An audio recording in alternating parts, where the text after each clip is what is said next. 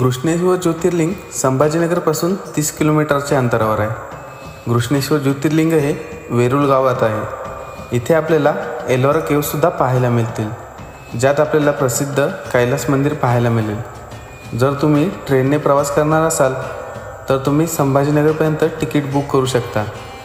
Railway स्टेशनपासून वेरूळ गावासाठी तुम्हाला एस.टी. महामंडळची बस, जिचं तिकीट तुम्हाला पर पर्सन 50 रुपीज पडेल, किंवा इथेच तुम्हाला शेअरिंग ॲटोसुद्धा मिळून जाईल। जर तुम्ही फ्लाईटने येणार असाल तर तुम्ही संभाजीनगर विमानतळापर्यंत येऊ शकता।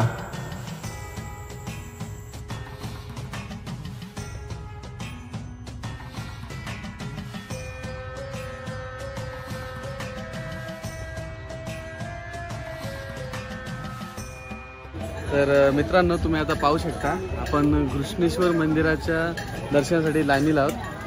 पूर्ण आवारात तुम्ही बघू शकता खूप सारी मंदिरं आहेत, आणि या घृष्णेश्वर मंदिरात आपल्याला दर्शनासाठी जायचं असेल तर मेन्ससाठी आपल्याला म्हणजे शर्ट किंवा जो टी शर्ट असेल तो काढून जावं लागतं, आणि आपल्याला आतमध्ये कॅमेरा किंवा मोबाईल बंदी आहे। तर आपला कॅमेरा किंवा मोबाईल आपल्याला तिथं सापडला तर 200 रुपये फाईन किंवा मोबाईल जप्त केला जाईल। त्यासाठी तुम्हाला हे बघा इथे असं लॉकर्स भेटेल। तर मला वाटतं एक मोबाईलचा 5 रुपये याप्रमाणे ते मोबाईल ठेवतात तिथे, तर तिथे तुम्ही सेफली मोबाईल ठेवू शकता।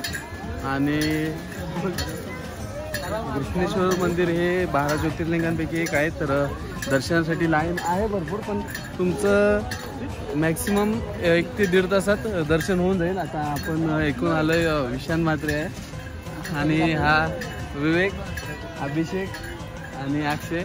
तर चला आता बघूया आपलं दर्शन कसं होतंय। मोबाईल तर इथं ठेवतोय आपण, पुढे बघूया दर्शन कसं होतंय ते। तर मित्रांनो, चुकीची दुरुस्ती करतोय। अगोदर इथे मोबाईल आणि कॅमेरा ही बंदी होती, तर आता पूर्ण गाभाऱ्यात तुम्ही मोबाईल आणि कॅमेरा घेऊन जाऊ शकता। फक्त आपल्याला शर्ट किंवा जो टी शर्ट असेल तो काढायला लागेल। तर त्यामुळे मोबाईल आपण सोबत घेऊन जाऊ। आणि 12 ज्योतिर्लिंगांपैकी हा एकमेव असा ज्योतिर्लिंग आहे जिथे आपल्याला पूर्ण महादेवांना स्पर्श करायला मिळेल। तर खरंच आज सोमवार आहे। आपण खूप भाग्यशाली आहोत की सोमवारच्या दिवशी आपल्याला घृष्णेश्वराचं दर्शन होईल। तर एकदम जवळून दर्शन होईल। जर पॉसिबल झालं तर व्हिडिओसुद्धा तुम्हाला दाखवू। तर आता आतमध्ये जाऊन बघूया आपलं दर्शन कशा प्रकारे होतं ते।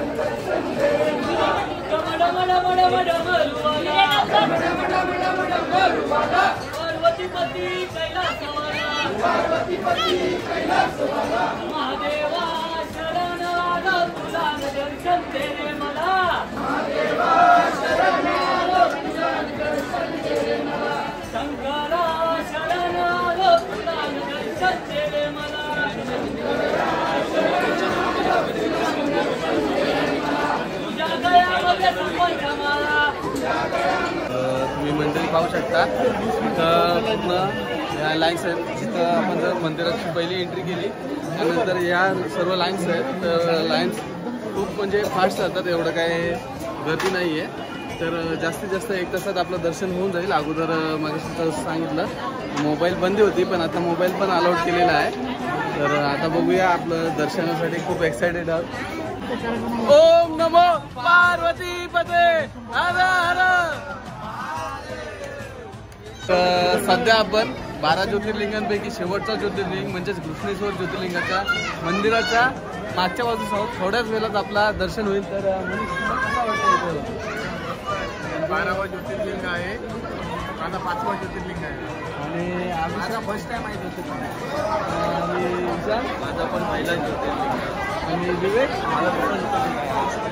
पहिला कोणता गेला त्र्यंबकेश्वर आणि पहिला ज्योतिर्लिंग. तर आपला सुद्धा 5वा ज्योतिर्लिंग आहे हा.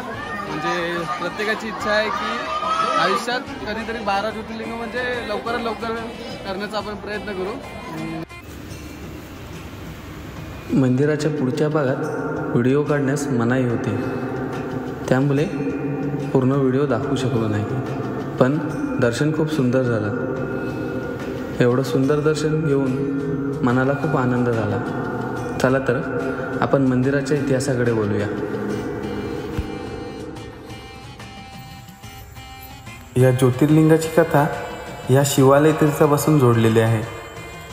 असं सांगितलं जातं, पूर्वी महादेवाची कुष्मा नावाची एक भक्त होती, जी ते महादेवाची पूजा करायची व रोज 108 शिवलिंग तयार करून विसर्जित करायची.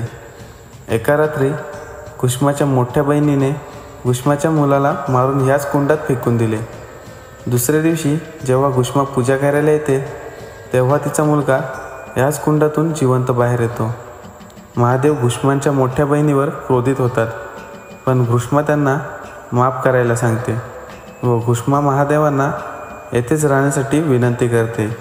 तेव्हापासून या जागेला घृष्णेश्वर नावाने ओळखले जाऊ लागले आणि महादेव नेहमीसाठी येथे ज्योतिर्लिंग स्वरूपात राहिले.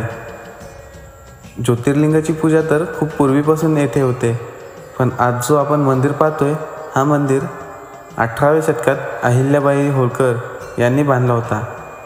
मंदिराच्या वरील शिल्पकाम पाहण्यासारखं आहे.